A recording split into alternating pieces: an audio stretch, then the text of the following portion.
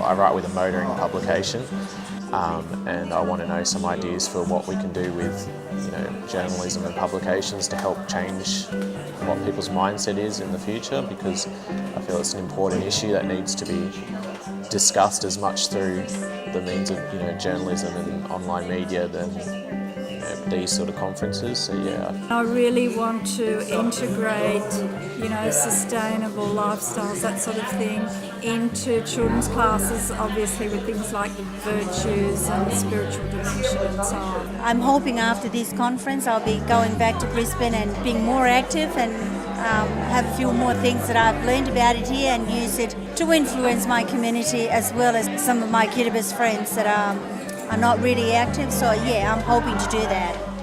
Of course, sustainability is not some goal. We can't say tomorrow we're going to be sustainable. It's like an airplane in flight. It's a question of balance. Now, if the airplane has a full tank, the pilot is healthy, nothing, the motors are working, it's sustainable. If a terrorist walks through the door, it's suddenly unsustainable. Any one thing can go wrong. It's the same in society. We have to learn to live within the resources of the planet. We need to make certain we aren't destroying our water and our soil and our food supply, or building in places that are subject to terrible storms, which will be damaging. So we need to think in a more integrated way of how we develop an economy that fits within planetary resources, that we develop a society that socially is meeting the needs of all of this generation and is thinking about future generations. Because an important definition of sustainability is development now that does not damage future generations' opportunities to develop as well. We need to think about them. That's also an ethical or moral position, to think about our children, our grandchildren, and many generations into the future.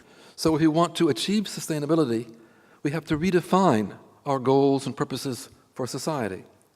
We have to understand the processes that are pushing globalization, because we know part of it is the growth of the population, part of it is our scientific technological development. We can do more and more. We have machines that can flatten mountains.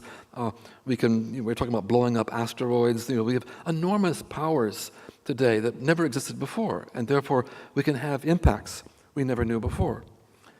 But we have to understand what are the trends that are pushing us towards this unsustainability, what's gone wrong, what is out of balance in our society, and then what do we need to do, how can we change, what kinds of changes that would allow us to put ourselves back on a trajectory towards sustainability rather than towards the collapse of civilization.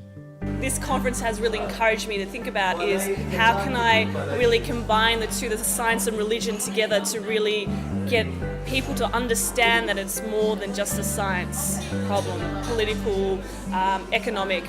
When we understand ourselves more, we become more empathetic to the world, to the environment, because we become more inherently connected to the world around us. One of the important things I've got from this conference is how to take the environment in a local neighbourhood concept and to be able to use this in enabling people to make change. After this conference, something I'm going to try very hard to change is to be more mindful of my place in society and my place as a consumer in society. Can you tell me a bit about the way Baha'is work with these poorer countries and these poorer people? Is it from the outside? Do you go in and tell them what to do? Well, it has to come from the people themselves. We're there to empower them. And in fact, when I came to the Pacific, I said, how can I share my scientific knowledge with them? So I spent quite a long time studying the traditional cultures. I even did a publication, Traditional Knowledge of the Environment in New Caledonia, where I was living, as a basis for education materials. So I could say, this is not something coming from outside. Your ancestors already had that wisdom. They knew the trees and the forest, what they were good for. They knew how to catch the fish, on the shoreline or on the reef. They had this knowledge. Often it's been destroyed with the impact of colonialism, but you need to go back and find the good elements of that and build approach way forward that combines the wisdom of the past and the wisdom of the present in building a new future. And in fact, very often the Baha'is helped me in my work. When I went to Kiribati for the first time, the Baha'is said, the government just takes you to meet the ministers and so on, but traditionally you should go to one village, which was the first village on the island, meet with the chiefs, explain the reason for your coming, be welcomed into the culture in a traditional way. So that first night, the Baha'is took me to that village, and I met with the chiefs, and I explained what I was coming to do on the environment. I was welcomed into the community in a custom fashion. When I went out to do my field work, the people knew I was not just an expert from the government. I had respected the culture, and I had much better cooperation than I would have had I simply come in as an outside scientific expert. It's really beautiful. So you're saying that there's Baha'is, local Baha'is on Kiribati, and yeah, they're all over. Everywhere I went, I could find Baha'is locally, right. And I could know the problems much better than just from the outside. And the government would say, "You've only been here 2 weeks. How do you know all of that about us? How did you learn all of that?" It was because I was in the village with the people, seeing the problems firsthand, hearing from them what they were losing, what they needed, and so on. I'm going away very excited because our community has been working on developing the Embrace Virtues program for children, which is a way of training parents to teach children right from birth, actually, how to integrate virtues into parenting. And I see that connection between the ethical and moral aspect of environmental sustainability. I want to become more knowledgeable, and I want to work with people to share knowledge. And so I want to use that as a way to start to visualize a way that I can live differently. I'm really seeing that maybe there's an opportunity to start doing more, learning more about this, and then spreading knowledge with people inside my own community. In case you've just joined us, this is Baha'i on Air, and we're actually at the Tasmanian Bahá'í Centre in Hobart.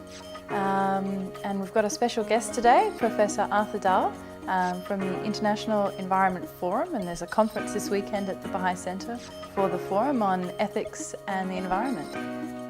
Worship is a big part of all religious communities. How do Baha'is worship, and maybe how were you trained to worship as a child? Well, the part of it is a purely individual thing. Each of us has to educate ourselves, so we have prayers that can help us to turn to God, to turn outside from ourselves, because the whole process of spiritual growth is really struggling against the ego, the selfishness, the animal side of our natures, and cultivating the more outward turning spiritual side. Whether it be, in economics, you have the traditional economics, the invisible hand of self-interest, or you can have a more altruistic and cooperative approach to economics. And in the same way, in our spiritual growth, we need to struggle against the selfish desires and turn out towards others. And in fact, with all religions teach that discipline, learning to love God, learning to love Allah, to submit your will to Allah. That's turning away from yourself, putting other things ahead of that. It's a kind of a spiritual discipline. Mm-hmm. So Baha'is have prayer to help with that. We have a period of fasting, a bit like Ramadan in Islam, like Lent in Christianity. That is again a kind of a discipline. What's more important, your individual needs or your spiritual needs? We pray together in our communities, consult together on our problems in our communities. We have houses of worship where we can go and all religions can come and pray together. There's one in Samoa, there's one in New Delhi, in Panama, in Kampala, in America, in Europe. In Sydney? in Sydney, yes. There are places to worship. So worship takes its different forms, and then in each community we invite others from other faiths, backgrounds to come and just have a devotional meeting together. Pray together from different traditions and think about the spiritual dimension of what we're doing. So worship can be something you share with your community as well. We already have spiritual principles in the Baha'i writings for a new economic system that must focus on social justice, be altruistic and cooperative in nature, create employment for everyone, because that's a spiritual responsibility, and eliminate poverty in the world. So we have design principles for a very different kind of system than we have now. Now it's going to take time to adapt. We cannot overnight go from one system to another. There are many people who will lose their jobs. If we had peace, think of all the people in the armaments industry who will lose their jobs, all the soldiers in the world who will need re-employment. Most of the economy is going to have to be transformed to respond to those new criteria. So it will take time. It has to be done with justice. You mentioned that Baha'is believe in a creator, which you call by different names, whether it's God or Allah or whatever the name is to describe that creator. Can you tell me a bit about the Baha'i concept of a creator? Well, try to understand infinity.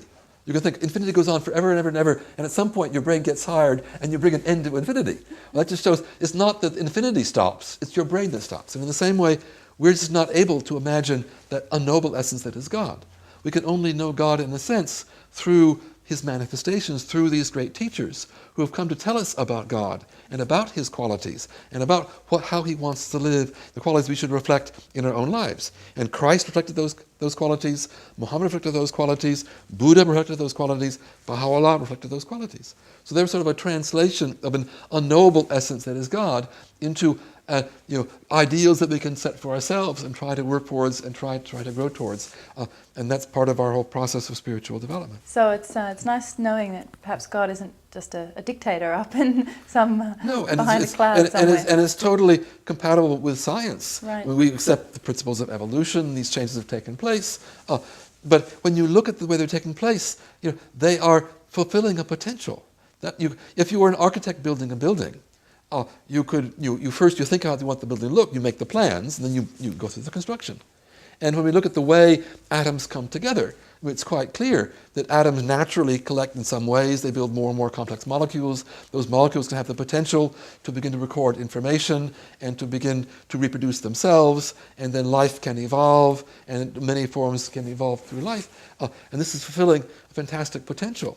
And now we as human beings will become, you might say, the most perfected form of life that we know of in any case on this planet. And we have spiritual qualities. We can now evolve and perfect ourselves in new, intangible spiritual ways. This is all fulfilling the purpose of the creation.